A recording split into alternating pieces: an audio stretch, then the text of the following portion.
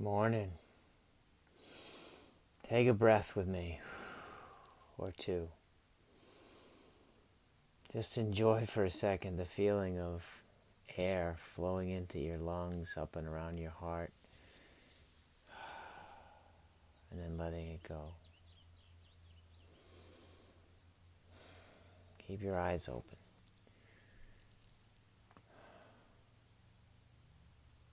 Here's a soft thought for you.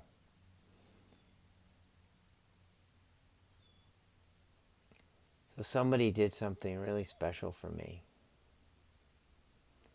Drove a long way to see me. Somebody who physically there was a lot of discomfort, and financially to come see me. And it really touched my heart. And I just want to remind you that the fact that you're here means a woman carried you through a lot of discomfort, weird hunger things, back pain, stretching, cramping. Her body looked all different. And then gave birth to you. Ouch.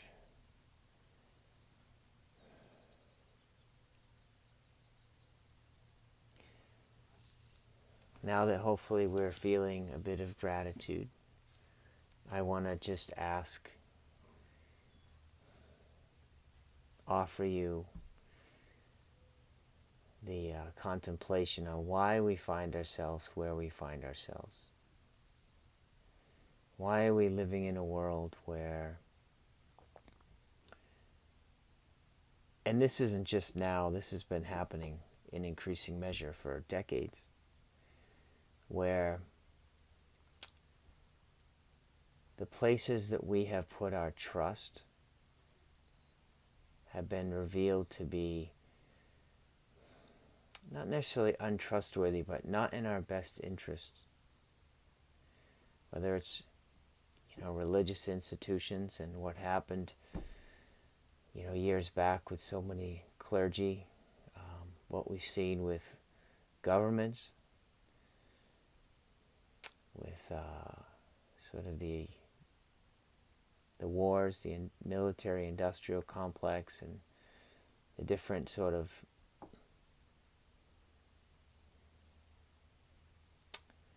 projects, let's say, that our government and many governments have been involved in, that we now can see in hindsight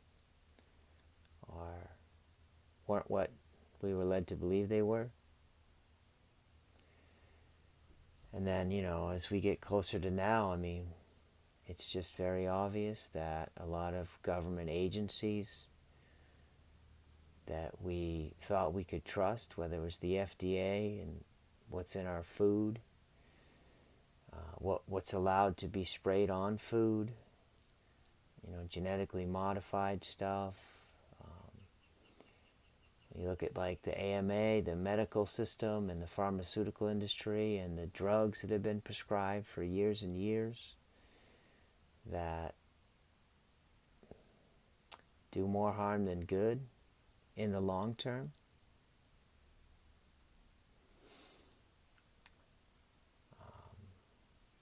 We've looked at our political system for a long time, many of us, questioning both parties and the corporate interests that seem to run them, and thought, what is going on?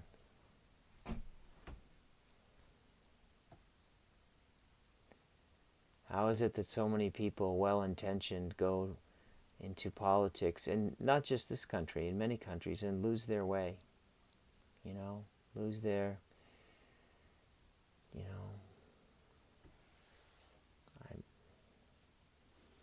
safety, comfort, power, and deciding to continue to have this, I have to play the game.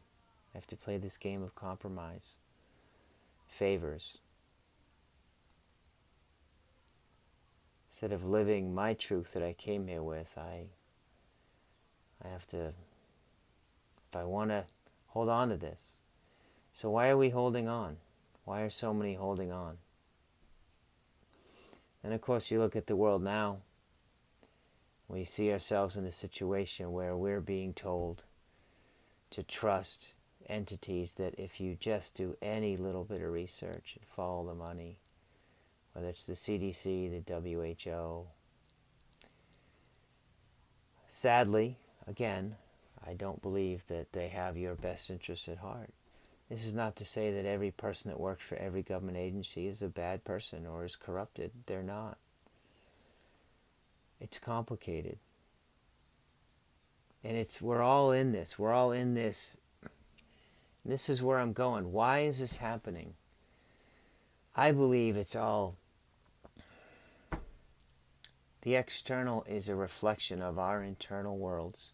And we've created this collective world together, but individually. And it comes back to, where have we been placing our trust in increasing measure for generations now? And I believe this all comes back to, instead of trusting in the moment, in our hearts and our souls and our deepest knowing,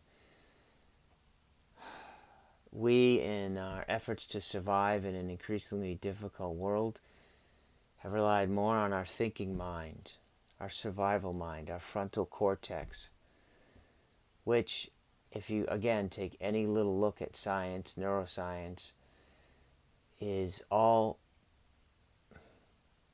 It's all geared towards survival, towards self-preservation, physically, financially, emotionally, even the way we treat other people when it comes from the mind and our patterning. Our mind, which is just a record of the past. All thoughts, conscious, most conscious thoughts, and almost all subconscious thoughts are coming from conditioning, patterning, from memory, from experience, from what we've learned. So it's all the past, it's not the present.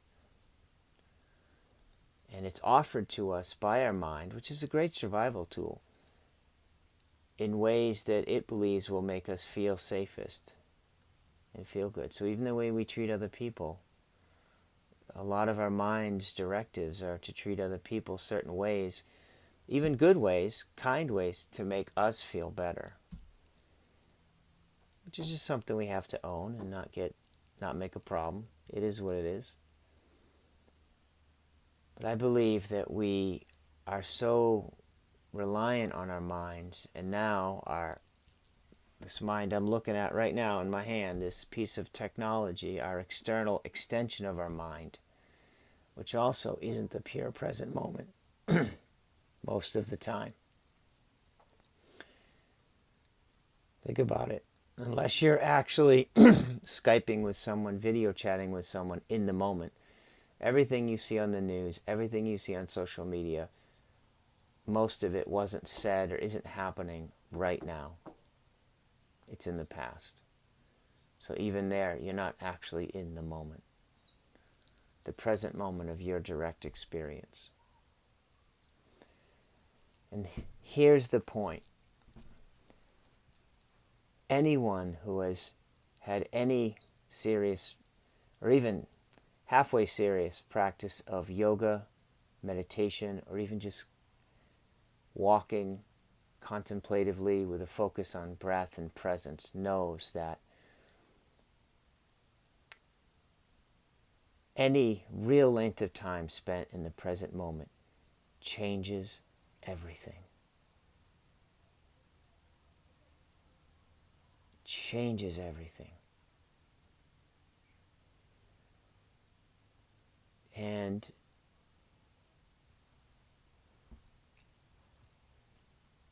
when's the last time you spent 20 minutes with your phone silenced, your computer off, just sitting over a cup of tea or coffee or your favorite drink, looking out the window, with the firm intention, maybe with your cat in your lap, that I am just going to be here now. and be present. And every time I notice that I'm drawn into a story from my mind, I'm just going to gently come back. That's all meditation is. You don't even have to close your eyes. You can. And those of you that have done that and had a meditation practice know that there's something about what happens when you get to about 20 minutes. And there's reasons for that with our brains and sleep patterns and different cycles in the body. But if we just spent 20 minutes in the morning and in the evening, starting and ending our day, resting in the present moment, the practice of being present, eyes open, eyes closed, doesn't matter. Everything would change. And you would want to spend more time in the present moment, because again, anyone who's practiced that knows that at about 20 minutes, things change. And at about 40 minutes, they change again. And at an hour, all sorts of insights start coming. I mean, it can come in 20 minutes, but the longer you're there, the crazier and more wonderful it gets. But even just even just 10% more people than are already doing it in the world now devoted an hour a day, 20 minutes in the morning, 20 minutes in the midday, and 20 minutes at night, to just walking and being present, being eyes open in the world but present, and just with the gentle intention, I'm not going to think, I'm just going to be present and breathe and notice what's around me and enjoy the moment. Our world would change so fast. And the unity that we would see come about, and the fall, that even faster than it's fallen apart now, the fall apart of so many structures of authority and governance and society, which could be uncomfortable for a bit, but we would see epic, massive change in a really short amount of time. With just the practice of presence for 20, 40 minutes, an hour a day. Honestly, even a lot less than that.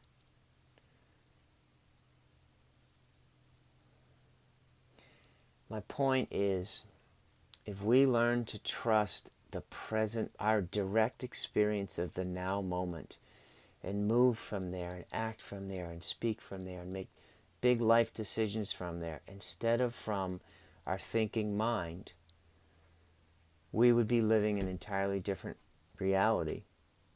And we would then we would see mirrored back to us a different reality in the world. And what we're seeing right now is a reality, I believe, that is a mirror of us getting lost in our minds, in the past, and in technology, which is not in and of itself a bad thing at all. It's a really helpful tool. It connects us. I mean, you're listening to this right now.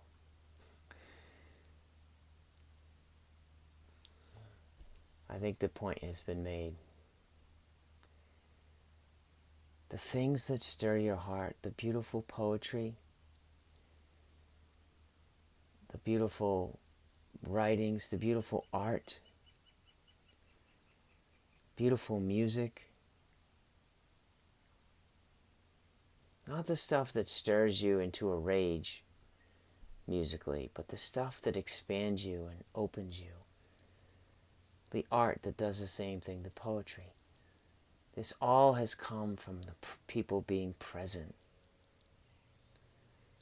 Because when you're present, you're letting life live itself through you. Your mind isn't trying to live life. You're letting life live itself through you. And then you begin, the longer you do that, you start to realize there is no me, and you feel a sense of unity, and And I know just me saying that there, that scares a part of you. There is no me. What? I don't want that. Your mind doesn't. But trust me, your heart and soul would rejoice at that. All right. Namaste.